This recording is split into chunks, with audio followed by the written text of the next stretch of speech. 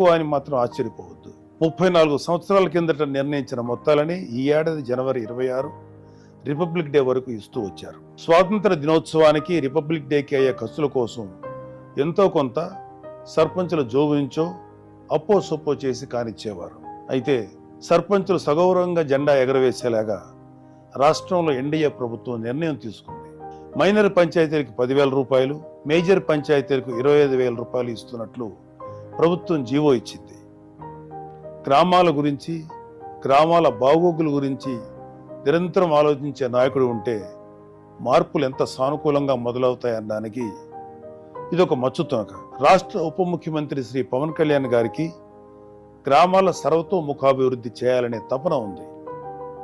ఆయనే పంచాయతీరాజ్, గ్రామీణాభివృద్ధి శాఖల మంత్రి కావడం రాష్ట్ర ప్రజల అదృష్టం. పల్లెలు అభివృద్ధి చెందాలంటే అక్కడ ప్రజల నుంచి ఎన్నికైన